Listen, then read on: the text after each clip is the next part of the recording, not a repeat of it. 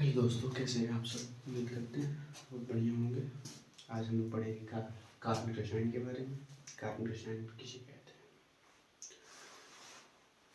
कार्बनिक रसायन जैसे कि नाम से स्पष्ट है, कार्बन तथा कार्बन से बने यौगिक के बारे में जब अध्ययन करते हैं तो उसे हम कहते हैं कार्बनिक रसायन।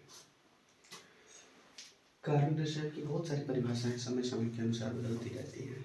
जैसे अभी मॉडर्न बोल सकते हैं या फिर आधुनिक बोल सकते हैं, जिसमें कार्बनिक रसायन के बारे में कहा जाता है कि हाइड्रोकार्बन के बारे में तथा उनके व्युत्पन्न के बारे में जब भी अध्ययन किया जाता है तो वह कार्बनिक रसायन के अंतर्गत ही जाता है।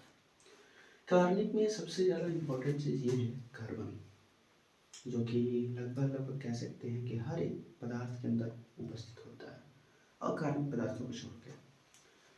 जैसा कि नाम से स्पष्ट है, कार्बनिक, इसको अंग्रेजी में बोलते हैं ऑर्गेनिक। Organic chemistry. इस ऑर्गेनिक केमिस्ट्री में सबसे ज़्यादा इम्पोर्टेंट रोल होता है कार्बन का, जिसको हम लोग रिप्रेजेंट करते हैं C से, और इसके एटॉमिक नंबर होता है C6, और इसका जो एटॉमिक वेट होता है वो 12 होता है। अब इस कार्बन की हम बात करते हैं वैलेंसी के बारे में, संयोजकता, क्योंकि जितने भी कार्बनिक पदार्थ हैं वो सब निर्भर करते हैं इसकी संयोजकता के आधार पर।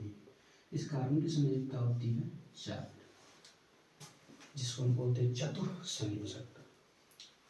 अब ये कार्बन जो है ये अपने को फुलफिल करने के लिए, इलेक्ट्रॉन को फुलफिल करने के लिए ये कोशिश करता है कि इसके बाहरी कोश में, जैसे इसका हम बनाते हैं एटॉमिक स्ट्रक्चर, कुछ इस प्रकार पाया जाएगा।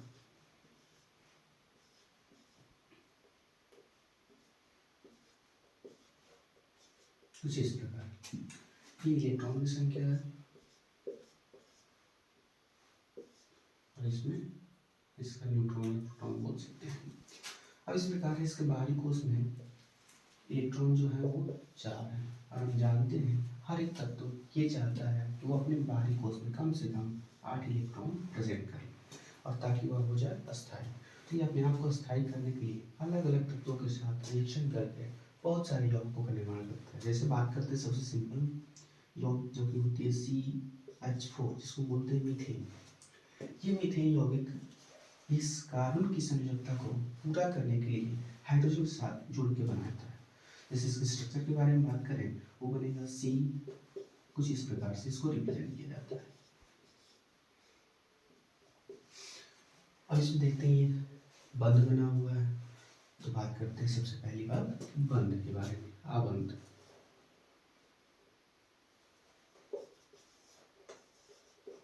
आबंध। इस कार्बनिक रसायन के अंतर्गत कितने प्रकार के आबंध देखने को मिलते हैं?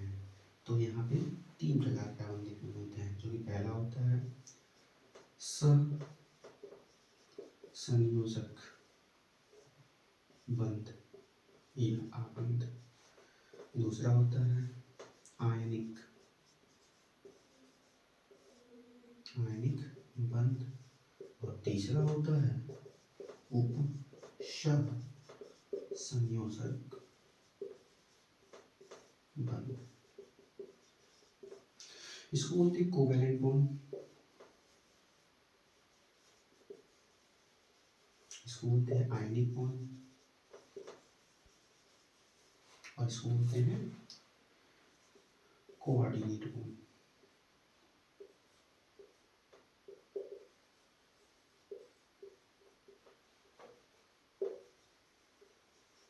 Coordinate bond. इसमें हम बात करते हैं सहसंयोजक आबंध के बारे में, जो कि लगभग सभी हाइड्रोकार्बन्स के अंदर देखने को मिलता है। हाइड्रोकार्बन, तो आप जान जाते हैं हाइड्रोकार्बन क्या होता है। उससे पहले कुछ और इम्पोर्टेंट चीज के बारे में डिस्कस करना चाहेंगे कि इस कार्बनिक रसायन को क्यों अलग रूप से पढ़ा जाता है, क्यों इसको रसायन की एक अलग शाखा माना जाता है, क्या कारण है? तो इसके कारण मुख्य रूप से एक ही है, जो कि इसकी संयोजकता है, जो कि होती है 4। ये चार संयोजकता इसके पास ये कैपेसिटी होती है कि 4 इलेक्ट्रॉन अपने आप में ले भी सकता है और 4 इलेक्ट्रॉन दे भी सकता है। तो ये मेटल के साथ भी रिएक्ट करता है, नॉन मेटल के साथ भी रिएक्शन कर सकता है। अब बात करें तो ये कार्बन के साथ भी जुड़ सकता है, जो कि सबसे इम्पोर्टेंट पॉइंट है।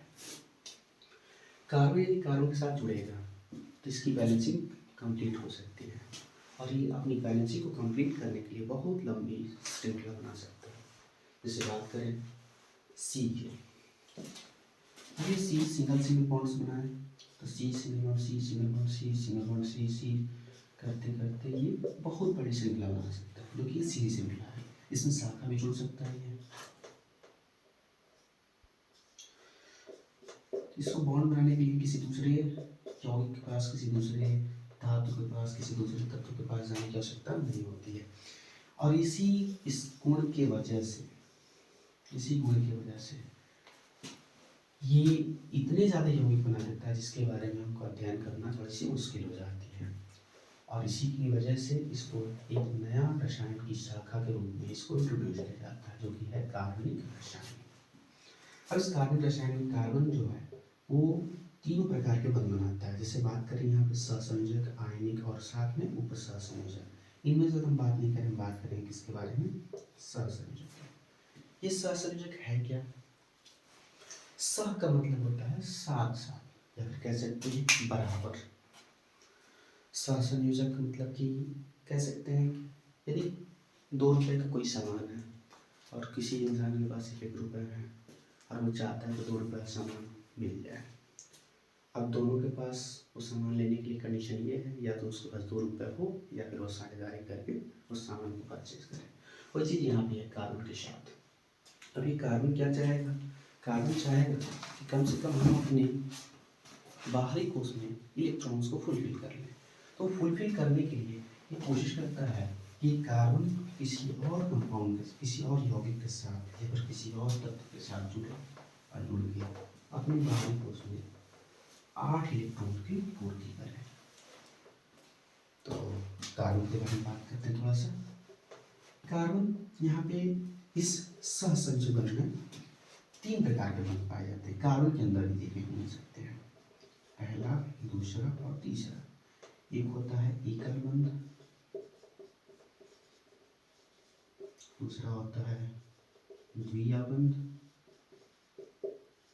और एक होता है त्रिया बंध।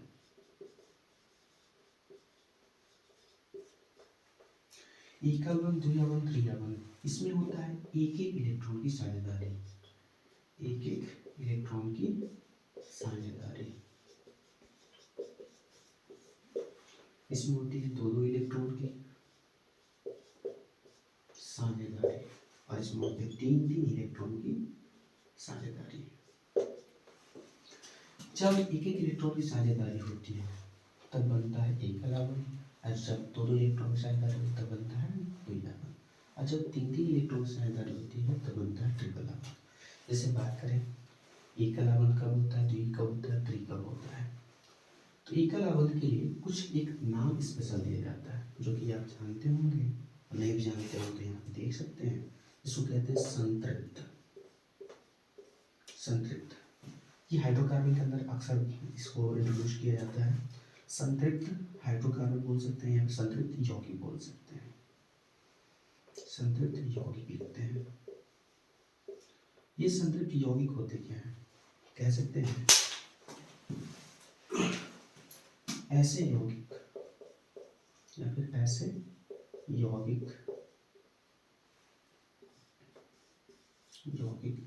जिनमें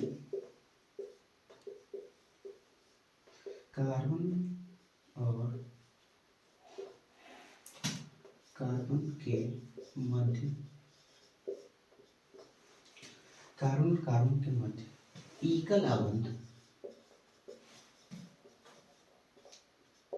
बंध उपस्थित होता है।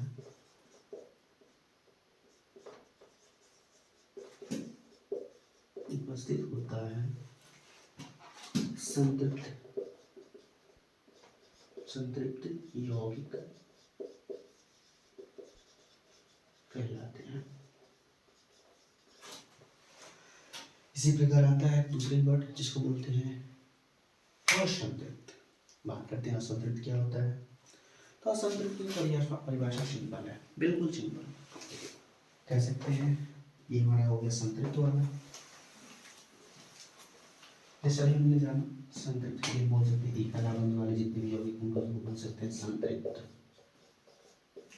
वैसे ही जब आती है बात डबल बंद और ट्रिपल बंद की, तो ऐसे यौगिक को बोलते हैं हम लोग असंतृप्त। संतृप्त में हम बात कर सकते हैं एल्कीन का नाम हमने सुना होगा, और असंतृप्त के अंदर आता है एल्कीन और आता है एल्काइन।